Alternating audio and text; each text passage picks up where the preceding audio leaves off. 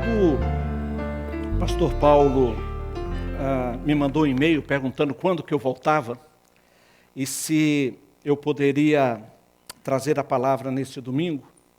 Eu comecei a orar sobre o que falar, sobre o que trazer nesse domingo, estando aqui com vocês. Eu me lembrei de algo que aconteceu no período que eu estava em Belo Horizonte. Por quase 5 anos, eu fui pastor de jovens e adolescentes na Igreja Batista do Barro Preto.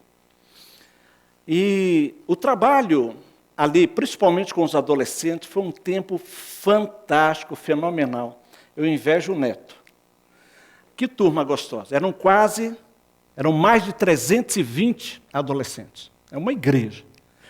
E alguns chegavam para mim e batiam no ombro. Parabéns, Jovaldo, pelo seu trabalho, né? Com os adolescentes, aguentar adolescente não é fácil, papai. Falei, não, rapaz, maravilha, é bom demais. O problema são os pais, né? Os adolescentes são joia, realmente, né? E aqui, você que é pai de adolescente, eu sei o que é isso, já passei por isso também, mas, muitas das vezes, nós atrapalhamos. Nós atrapalhamos.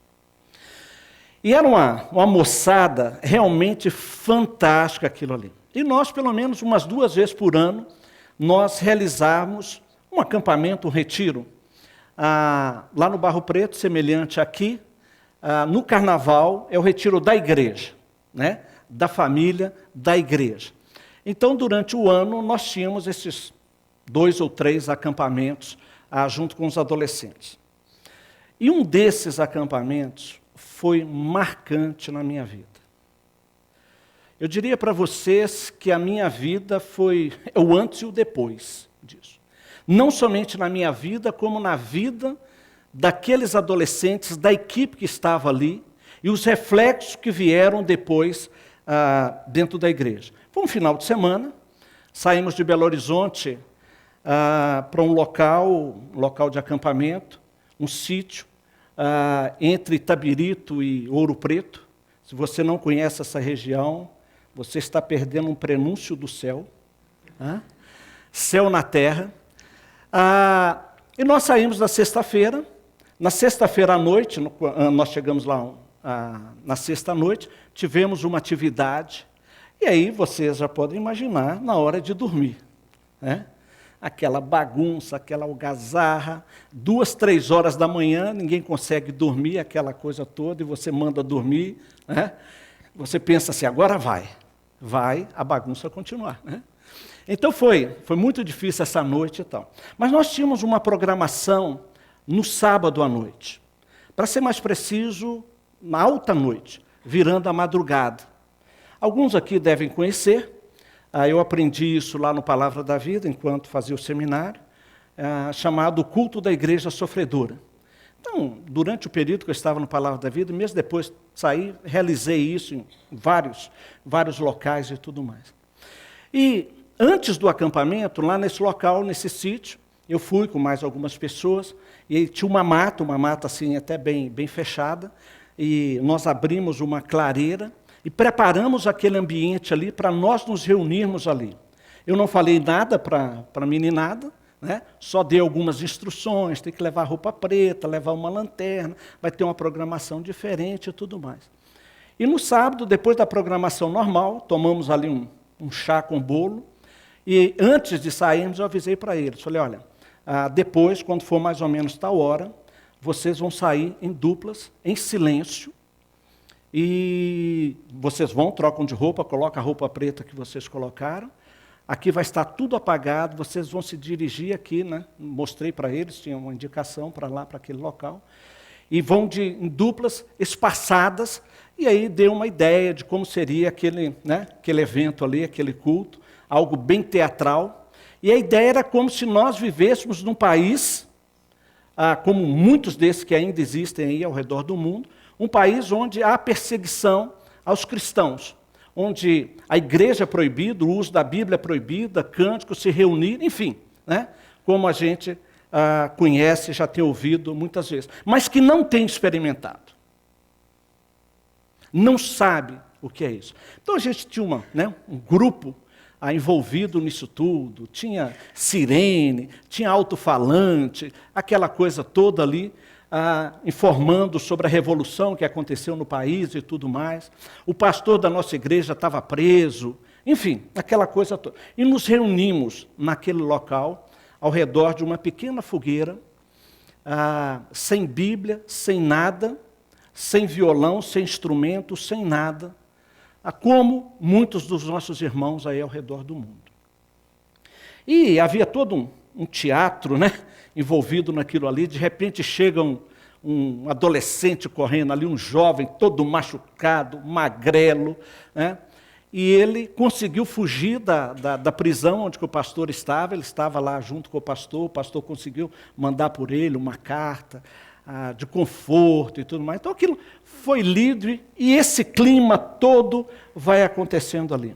Cantávamos suavemente alguns cânticos que a gente sabia. Mas teve um momento onde eu pedi para que cada adolescente ali ao redor, cada adolescente não, cada um dos presentes, inclusive os equipantes, pudesse recitar um versículo bíblico. Porque o versículo que você sabe edifica a minha vida. E assim, simultaneamente. E aí o bicho pegou. Vem ali, aí, o Senhor é meu pastor e nada me faltará. Yes. Aí vai para o próximo, tem aquele lá, porque Deus, aí alguém ajuda, porque Deus amou o mundo. Ou seja, em quase 50 pessoas ali, nós ficamos nisso ali. Salmo 23, João 3,16, um ou outro versículo, alguma coisa, inclusive com os equipantes. Alguns não recitaram nenhum versículo bíblico, não sabiam nenhum versículo bíblico de cor. Mas todo aquele ambiente e isso que estava acontecendo, eu costumo dizer que são dessas coisas que fogem ao script, né? Você não prepara o mover do Espírito ali. Quando nós estávamos ali quase ao final daquele momento, houve um quebrantamento com aqueles adolescentes. Meus queridos, não tem como explicar. A verdade é que todos nós que lá estávamos, quando a gente se encontra, se reencontra e comenta isso, você não consegue expressar em palavras aquilo que aconteceu, que nós vivenciamos ali. Nós saímos dali quase 3 horas da manhã, num estado assim sublime realmente. Eu nunca experimentei mais uma noite tão calma, tão tranquila quanto aquela. Quando voltamos para a igreja, no domingo, e o pastor da igreja nos chamou lá à frente para que fosse dado um testemunho, falasse alguma coisa. Aquele monte de adolescentes, alguns pais, parte da equipe que lá estava, tentaram realmente retratar isto. E aquilo foi tão marcante na vida daqueles meninos, na vida da igreja, que foi algo fenomenal que aconteceu na Igreja Batista do Barro Preto. Um avivamento realmente acontecendo com aqueles adolescentes. Tanto é que nós éramos convidados, por alguns membros da igreja, por algumas pessoas de outras igrejas, para um culto lá em casa, isso. E eu brincava com eles, falei assim, olha, você tem certeza? Não, eu gostaria que vocês fossem lá em casa, meu pai está doente e tudo mais, vocês estivessem lá. Falei, olha, tudo bem, nós vamos chegar uns 80 lá. Não preocupa, eu vou preparar cachorro quente para eles, essas coisas todas. E eu e a Valquíria, nós chegávamos lá, olhávamos no fogão, Valquíria, vai comprar biscoito, porque já viu que não dá. Foi algo fantástico, e hoje, graças a Deus, grande parte da liderança da igreja é composta por esses adolescentes lá. Mas o que me chama a atenção nisso? E isso, lógico, depois, com o passar dos anos, uma preocupação minha muito grande com relação ao desuso da palavra de Deus. Eu tenho participado de alguns cafés de pastores, alguns congressos de pastores, e eu viro para eles e falo assim, não precisa se manifestar, não. Mas quando foi a última vez que você pegou esse livro para ler por prazer, por deleite? Pegar a Bíblia, enfiar debaixo do braço, ou seu smartphone, seja lá o que for, seu tablet, ir para debaixo de uma árvore, ou sentar na sua cadeira, sua poltrona preferida, para ler, para estar com o seu Senhor. E não simplesmente pelo fato de ter que preparar, né, seus 3, 4 sermões da semana, preparar um estudo bíblico para a escola dominical, que seja. Quando foi a última vez? Qual o versículo que marca a sua vida? Qual o versículo da palavra de Deus que tem impactado a sua vida? Nesse tempo que eu estava lá nos Estados Unidos, agora no final do ano, eu tive a oportunidade de ler esse livro. É o último livro do Bill Hybels, Simplifique. 10 práticas para pôr a alma em ordem. Alguns aqui já conhecem, talvez você já o tenha. E quando eu estava lendo um dos capítulos, puxa vida, dá para aplicar isto, dentro disso que tem inquietado o seu coração, e procurar passar para a igreja o cuidado sobre isso, do uso da palavra de Deus. Então, essa ideia de manter o foco através da palavra de Deus. Ter a Bíblia como esteio realmente na sua vida, na minha vida. Como sendo realmente o alicerce. Como sendo realmente aquilo que vai ficar. E aí a pergunta é, o que é um versículo para a vida? Qual é o versículo da sua vida? Bill Hybels, ele diz aqui no livro, que o versículo para a vida é uma passagem das Escrituras que serve como um slogan para guiar e manter o foco de determinada época de sua vida ou da sua vida com os outros. É uma passagem das Escrituras que serve como slogan para guiar e manter o foco de determinada época da sua vida ou da sua vida como um todo. É aquele versículo que nos seus momentos, seja de alegria, de tristeza, de depressão, de desconfiança, de falta de tudo mais, é o que mantém você ancorado. É aquele versículo que segura você nos momentos difíceis. Suzy citou aqui, na sua oração, porque as misericórdias do Senhor se renovam a cada manhã. E quantos versículos nós temos assim? Mas será que realmente nós temos um que seja um marco na nossa vida? Que se eu não souber mais nada, né, decorado, memorizado, pelo menos esse serve para me guiar. Qual é o seu versículo para a vida? O meu está em 1 Pedro 3,15. Há muitos anos. Há muitos anos. Antes, santificai a Cristo como Senhor em vossos corações, estando sempre preparados para responder a todo aquele que vos pedir a razão da esperança que há em vós. Agora, Bill Hybels, o seu versículo para a vida é 1 Coríntios 15, 58. Depois vocês podem olhar. Se você tiver interesse aí também, tem no livro dele, ele vai falar bastante a esse respeito. Agora, quais são as principais razões por que eu escolhi esse versículo para a minha vida? Na verdade, eu não tinha essa sistemática que eu quero apresentar para vocês aqui hoje, na época que eu peguei esse versículo para mim. Mas, na verdade, é tudo isso realmente o que a gente precisa. A primeira razão é que o versículo para a vida esclarece o que é mais importante. Quando você for escolher um versículo para a vida, se é que você já o tem também, você tem que ter em mente que esse versículo esclarece o que é mais importante. santificai a Cristo como Senhor em vossos corações. Para que vocês tenham uma ideia do contexto histórico aqui da carta de 1 Pedro. Pedro escreveu a sua carta para o pessoal que estava espalhado. Assim como os judeus lá no Antigo, os hebreus no Antigo Testamento, e acabou se espalhando.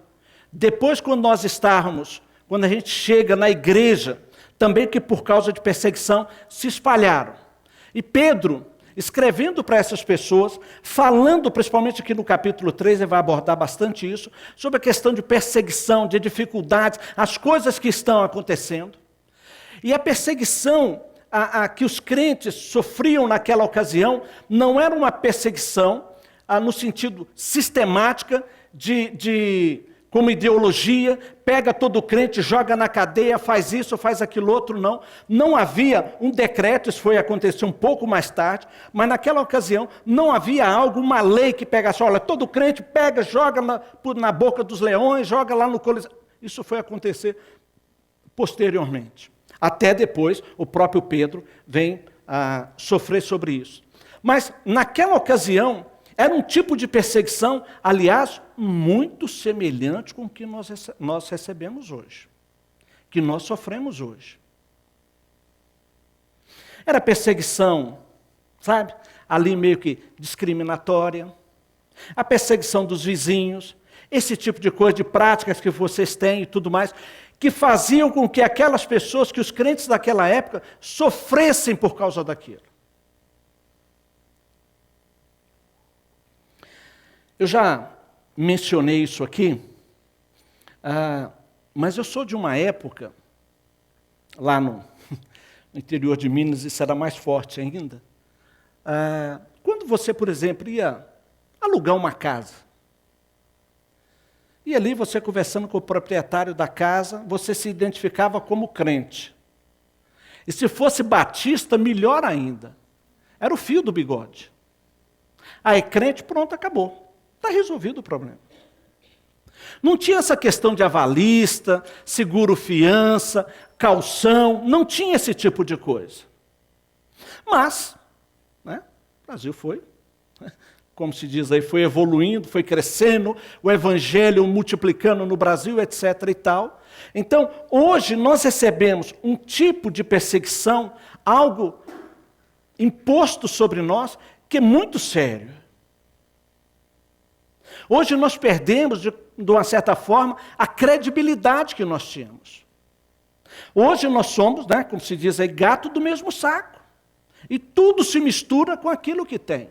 Então as chamadas igrejas, né, mais históricas, juntam com tudo que tem aí, tudo isso que nós temos aí, e a gente tem sofrido isso. Talvez a coisa mais recente, a perseguição mais recente que a gente tem aí, que está aí à flor da pele, diz respeito aí a essa coisa sobre homossexualismo. Ricardo Barbosa disse que este é a perseguição desse tempo. Onde os pastores no Brasil que vivem, né, tranquilos, sem nada, mas se quiserem se posicionar, vão sofrer as consequências, talvez até de prisões, conforme a coisa tem caminhado nesse sentido. Mas os crentes naquela época recebiam esse tipo de perseguição.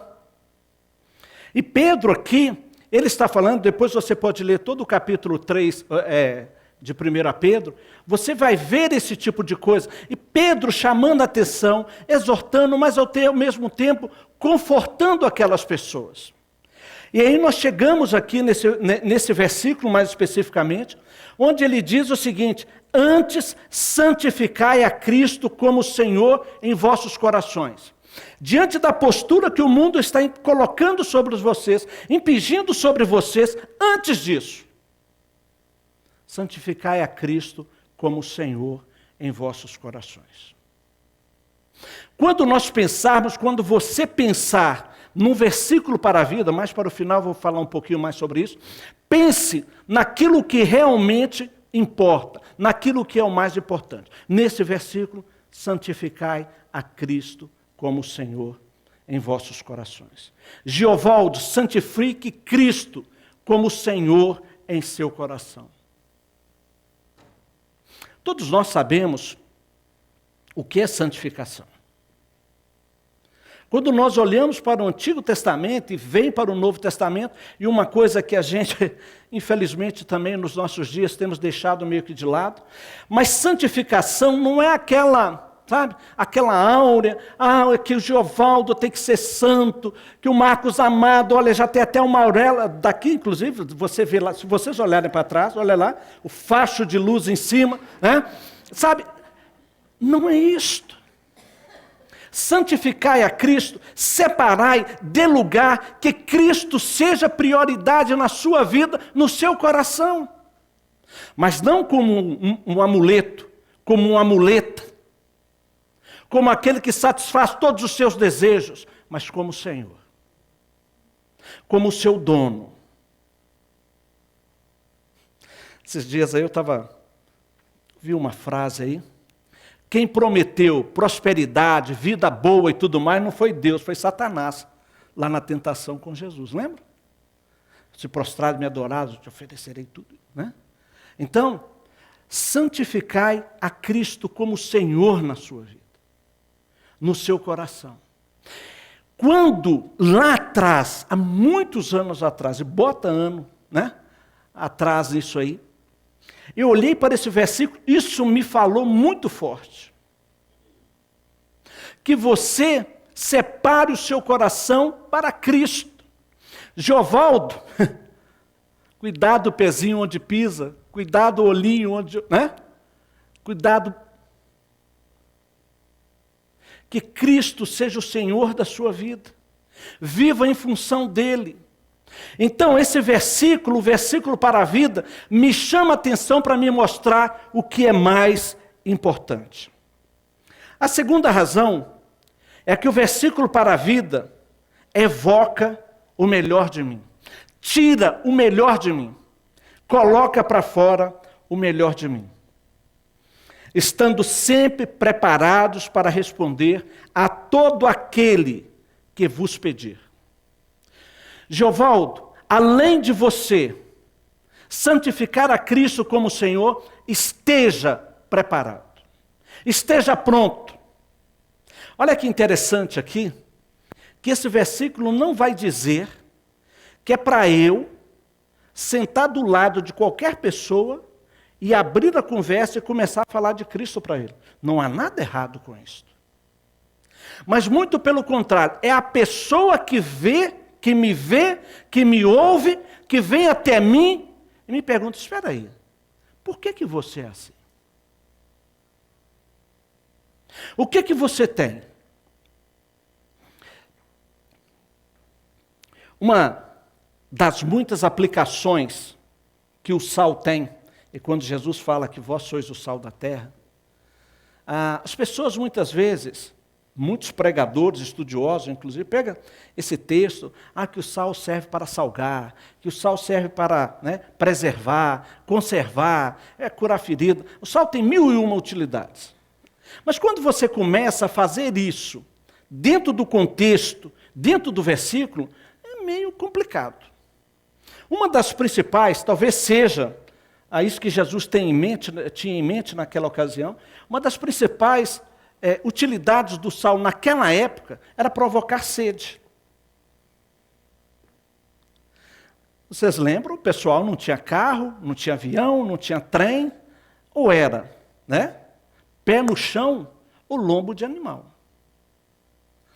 Quem conhece o interior, sabe, e quem tem gado, principalmente animais de transporte, que no meio ali da alimentação eles misturam sal com eles. Isso provoca sede nos animais, lógico que também tem a contribuição com proteínas para eles e tudo mais, mas porque os animais vão poder ali, no caso, beber água para saciar a sua sede e ter um tempo em estoque. Lá naquela ocasião, principalmente, a gente for pensar, eu não sei se você sabe, mas quando sempre a gente vai falar em deserto, transporte, a gente vai pensar em camelo, dromedário e tal, alguma coisa assim. Mas o camelo, por exemplo, ele tem né, uma caixa d'água que cabe 70 litros. Tá? É por isso que eles usam ele. Pega aquele animal, carrega e sai em viagem. E ele vai embora, pode ir no meio do deserto, sem problema. Ele tem estoque. Só que o seguinte, você vira e fala assim, vamos lá, vamos sair em viagem, vamos preparar o camelo e tal. Coloque ele lá para beber água, ele sacia ali um pouquinho, é só sede, pronto. Daqui a pouquinho está sem água. O que eles fazem? Dá-lhe sal. E ele vai, come sal, provoca a sede, a dependência e tudo mais, para saciar a sua sede ali, aquilo ali, ele acaba se abastecendo todo e tendo estoque pela frente. Talvez essa seja uma boa aplicação para isso aqui. Nós temos que provocar sede nas outras pessoas, sem que haja necessidade de nós abrirmos a boca e ficarmos sentados ao lado da pessoa, muitas vezes passando como um chato, né? O Sayão costuma dizer, né, que lá no Oriente Médio, lá, os muçulmanos têm os xiitas e os crentes têm os xaatos, né? Então, a gente tem uns caras aí que eu vou te contar, não é fácil, né? Então, sem que você seja um xaato, né, que você possa causar essa sede, esse desejo de você participar disso. Que a pessoa sinta desejo de ser como você, de experimentar você, como você é. O estilo de vida que você tem.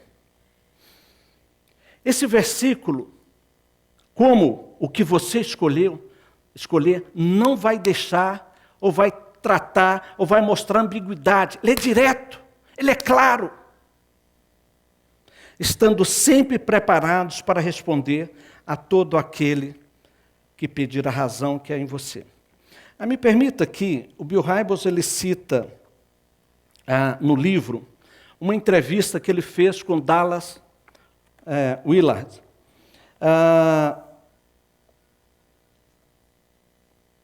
E o Bill pergunta para ele se existia alguma coisa que o deixava para baixo, chateado, né, com o que estava acontecendo. Pequeno aqui. Ele diz assim, vou compartilhar com você o que me deixa para baixo. Ele respondeu sem pestanejar. Aborrece-me que os seguidores de Cristo exijam tanto incentivo e adulação para fazer a obra de Deus no mundo.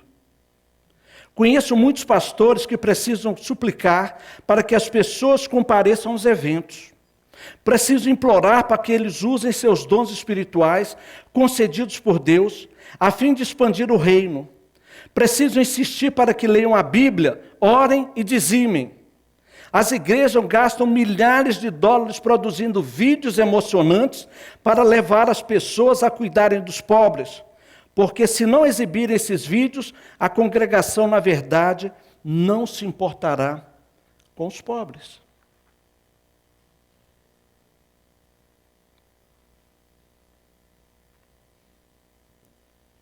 A minha fé em Cristo tem que ser o meu estilo de vida. Eu sou assim. É assim que eu me porto.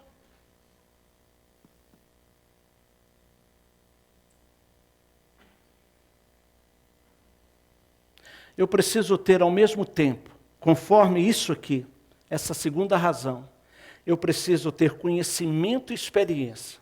Eu preciso ter prontidão. Se alguém chegasse para você hoje, agora, aí fora, talvez depois no restaurante, quando você estiver almoçando, para você falar da sua experiência, por que Cristo é o Senhor da sua vida, como você vai falar para ele? Eu conheci uma pessoa, e uma amiga nossa, e ela chega para a gente desesperada, Giovão, chorando, me ajuda, porque o cabeleireiro dela perguntou para ela, Carminha, eu estou passando por um momento muito difícil. E eu sei que você é crente, me ajuda, o que eu preciso fazer? A faca, o queijo e a goiabada, né, na mesa. Evaldo, eu não soube o que falar para ela.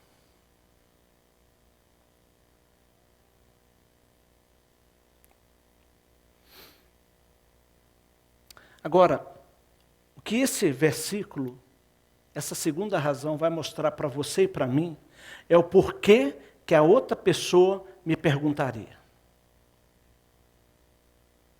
Por que ele chegaria para mim e perguntaria isso? Ah, porque me ouviu falar? Porque ouviu isso, que ouviu aquilo? Ou por causa do meu estilo de vida? Do quem eu sou? Qual a grande dificuldade nossa, dentro das nossas igrejas, nos nossos dias, com relação a discipulado? Talvez essa seja a maior dificuldade, a maior luta dos crentes do século XX e do século XXI. Discipulado dá trabalho. Discipulado envolve tempo, recursos. Mas mais do que isto, envolve exemplo. Então eu não me preocupo, porque discipulado não é uma classe de ensino, não é um grupo de oração, não é um pequeno grupo. Discipulado é tete a tete, é um a um. Quem de nós poderia dizer como Paulo, pois sede meu imitador como eu sou de Cristo? Para nós, muitas vezes, está bom o nosso status quo. Jovaldo, não mexe nisso, não. Deixa assim, deixa de ser chato.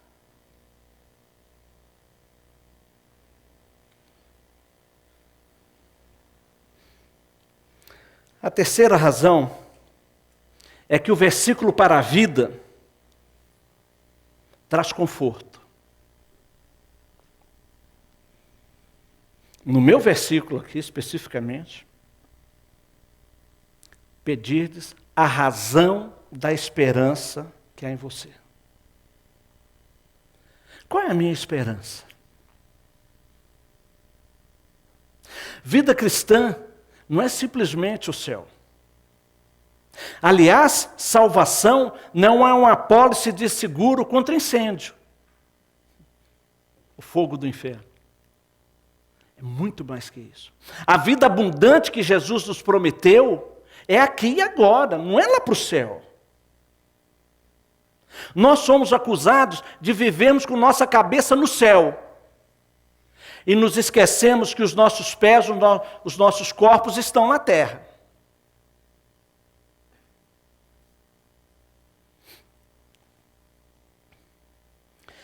A gente estava ali dentro, antes de orar, e conversas lá, e alguns comentaram, né? Ah, volta, Senhor Jesus. Eu tenho pensado sobre isso. Por que nós desejamos a volta de Cristo? Você só deseja a volta de Cristo na hora que você pensa nas dificuldades que estão na sua vida ou nesse mundo que nós vivemos aqui. E muitas das vezes nós colocamos isso de uma forma egoísta. Nós temos que ser como Paulo, olha, para mim o viver é lucro, mas o morrer é ganho. Eu preferiria 1000 vezes morrer para estar com Cristo, mas enquanto isso, vou estar aqui com vocês. Você já parou para pensar que enquanto Cristo não volta, nós temos mais oportunidade de levarmos pessoas a Cristo?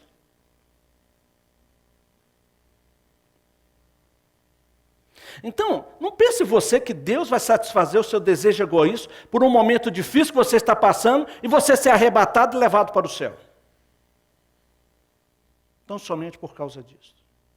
Mas nós temos a esperança no Senhor, de no tempo dEle, no tempo de Deus, essas coisas vão acontecer.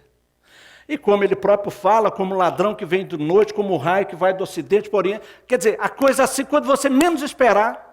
E, aliás, é quando nós menos esperarmos, vai acontecer.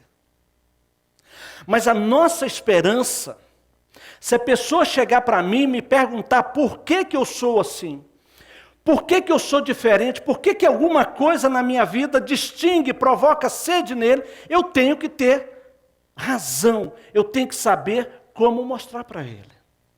Mas, meus queridos, a esperança que você e eu temos em Cristo é fantástica. Aliás, Paulo vai falar que se nós não tivermos essa esperança, nós somos os mais miseráveis de todos os homens.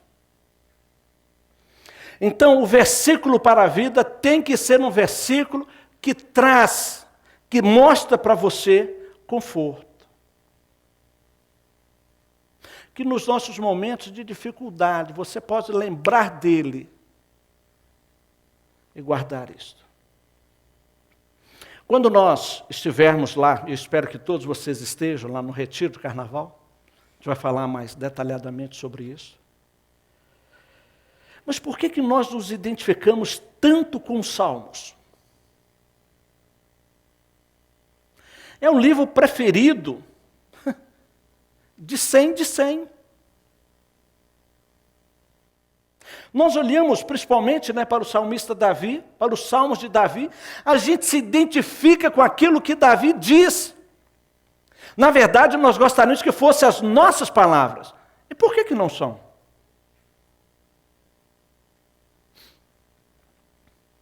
Mas nós nos identificamos porque o salmista, ele é transparente, ele é gente como a gente. Ele honra, ele agradece, ele exalta, ele reclama.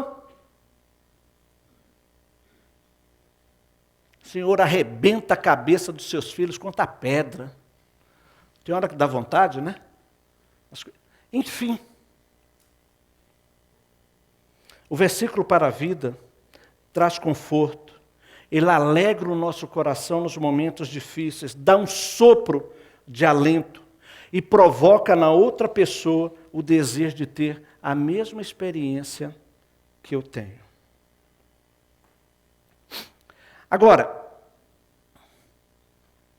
eu espero que você tenha anotado, né? E se você está anotando, tem mais algumas coisas aqui, alguns passos práticos, para que você possa encontrar um versículo para a sua vida. Primeiro, se você já tem um versículo para a sua vida, memorize-o.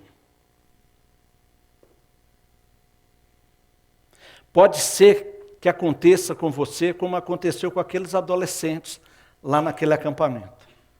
E você não ter a Bíblia junto com você, ou você não ter o seu smartphone.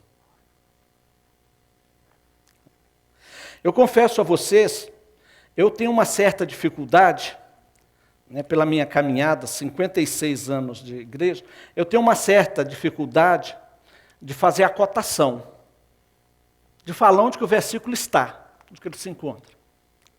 Alguns, lógico.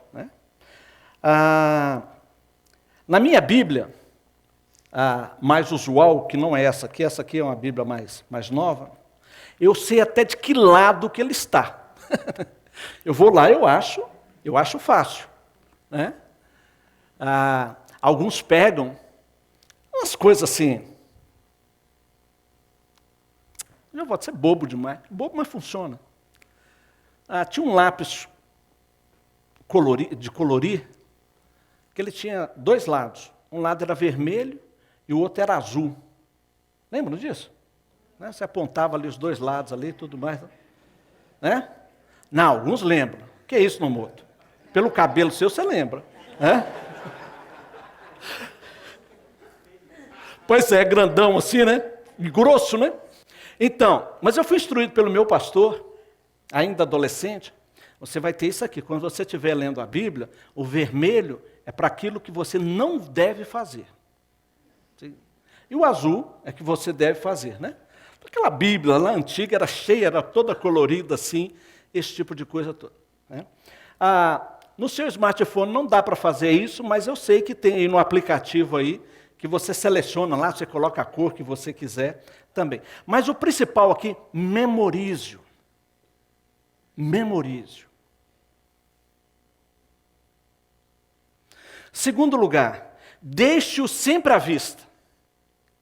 Lembra lá de Deuteronômio capítulo 5? Vamos lá.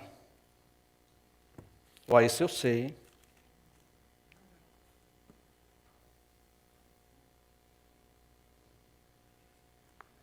Aliás, sei nada, não é nem 5, é 6, tá? Diz assim, ó.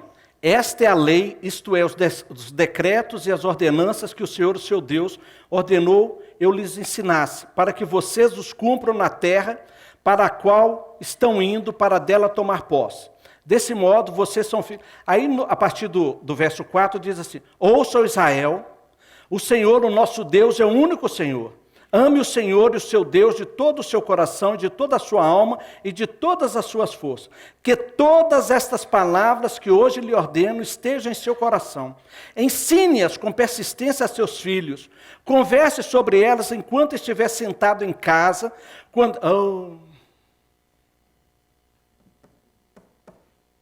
Ela nem se senta mais em casa.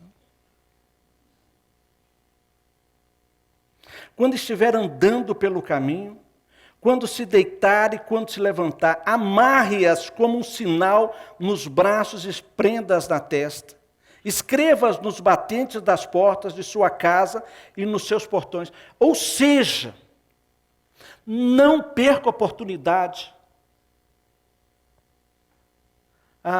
Eu peguei meu versículo, coloquei em frente à minha mesa no escritório, coloquei ali assim.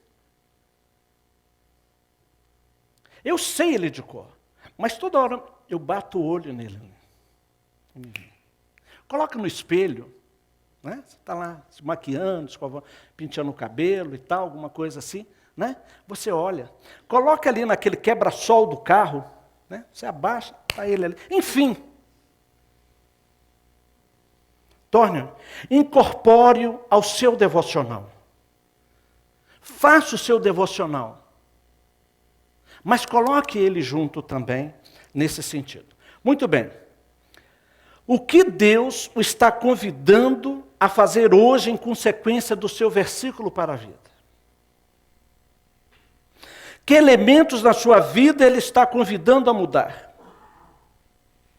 É interessante como você, lendo, relendo, voltando, memorizando e tudo mais, como isso vai saltando. Eu tenho um pastor amigo meu, que ele tem 56 sermões diferentes na parábola do filho pródigo. E um dia eu comentei com ele, rapaz, esse eu não tenho.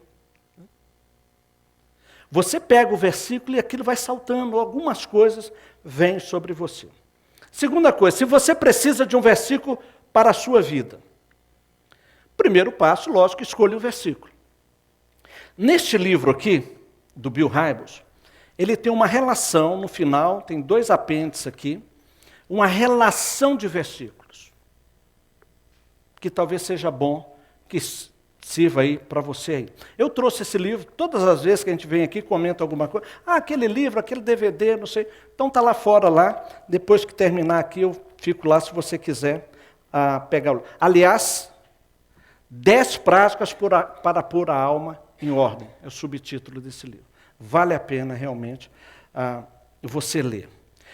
Segunda coisa, não acelere o processo.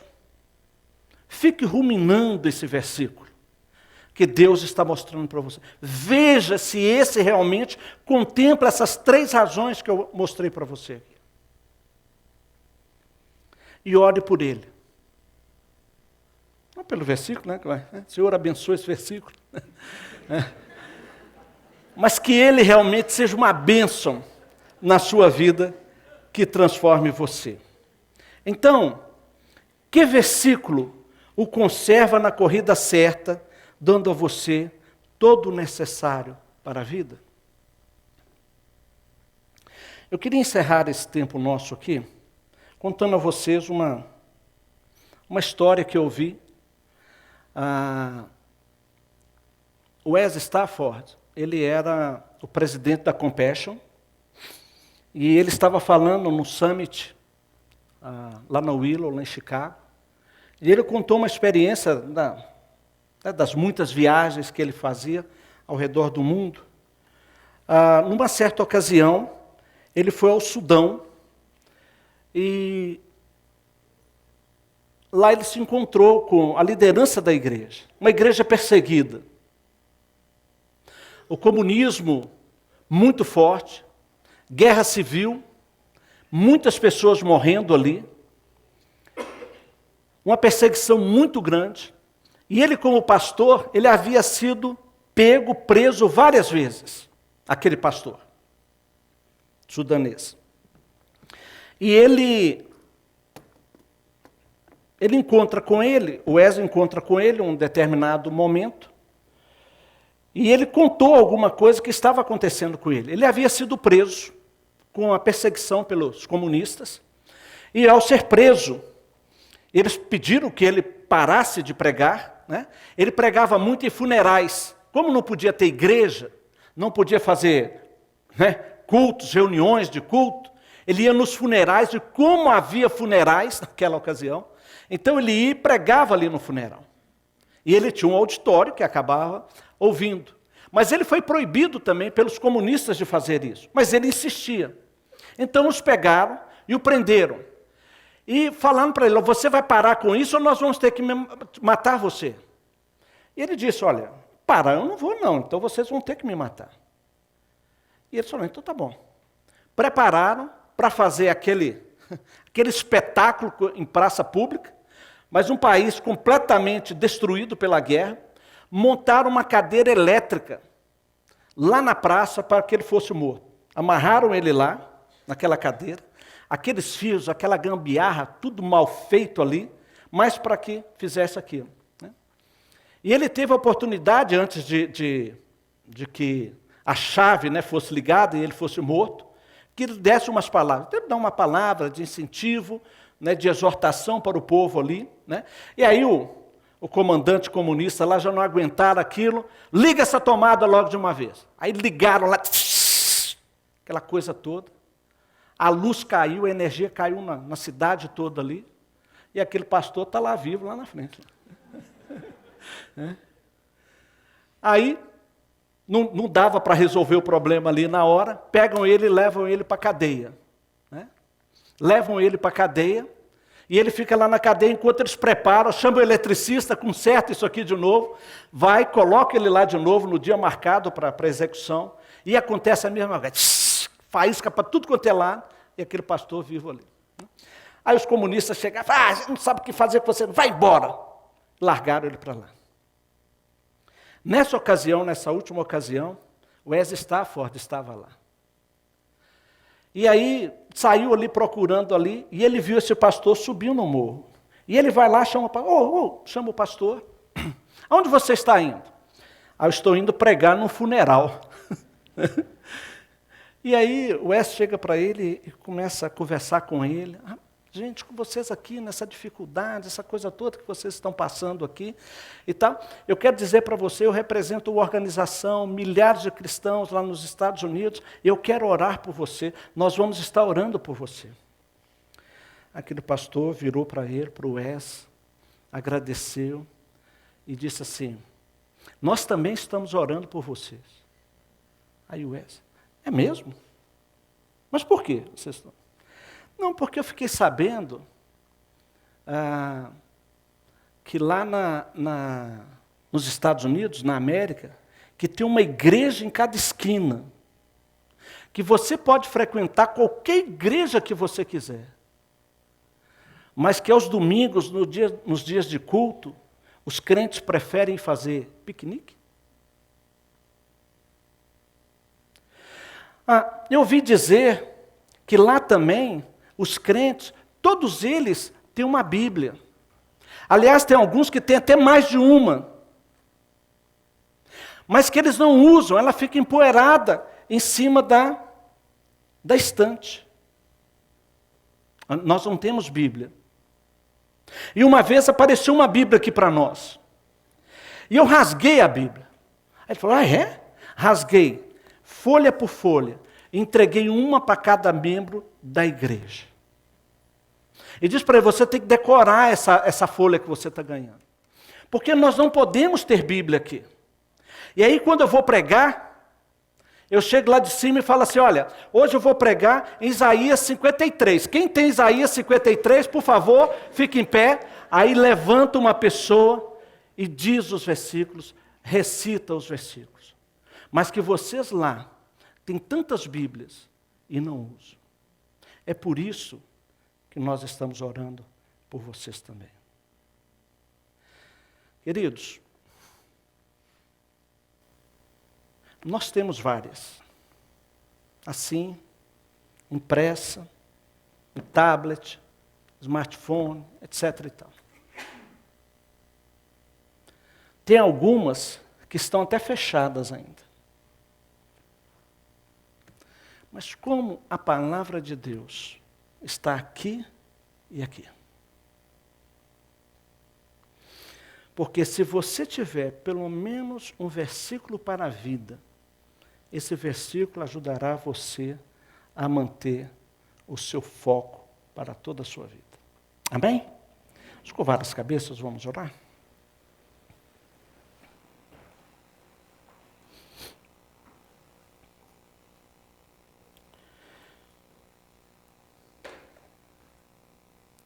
Pai, a tua graça é melhor que a vida. Tua presença conosco, tua misericórdia. Podemos desfrutar, ó Deus, de momentos como este aqui, onde louvamos, cantamos, oramos, onde podemos abrir a tua palavra livremente, Deus. Mas, Pai, ao mesmo tempo, como nós somos negligentes. Como nós, ó Deus, deixamos as oportunidades passarem diante de nós. Pai, que nós possamos ser como o salmista, quando diz, guardei a tua palavra no meu coração para não pecar contra ti. Mas, Pai, que a tua palavra seja muito mais do que isto.